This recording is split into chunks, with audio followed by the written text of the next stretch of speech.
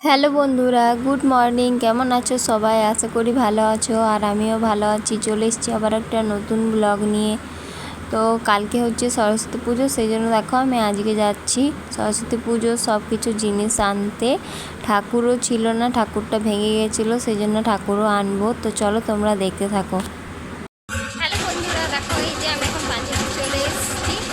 আর দেখো বাজার করা হয়ে গেছে, পুজোর জিনিস কিছু নিয়েছে, আর এখন ঠাকুরের এইগুলো কিনতে বাকি আছে।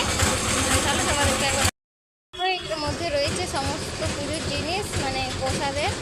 আর এদিকে দেখো বাবু কী করছে, এখন দাদির কাছ থেকে একটু চকলেট নিয়েছে, চকলেট খাচ্ছে। না না, তুমি চকলেট খেয়েছো? চকলেট খেয়েছো তুমি?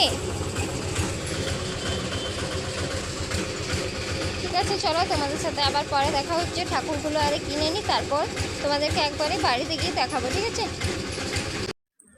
তো ফাইনালি আমার সব কিছু কেনাকাটা কমপ্লিট। আমি এই যে বাড়িতে চলে এসেছি, এখন এই যে বসে রয়েছি।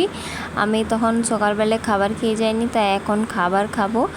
তো এদিকে দেখো খাওয়া দাওয়া করার পর আমরা এই যে বসেছিলাম এখানে। তো আমি আলতা পরছিলাম, তো বাবু বলছিল যে আমাকেও পরিয়ে দিতে।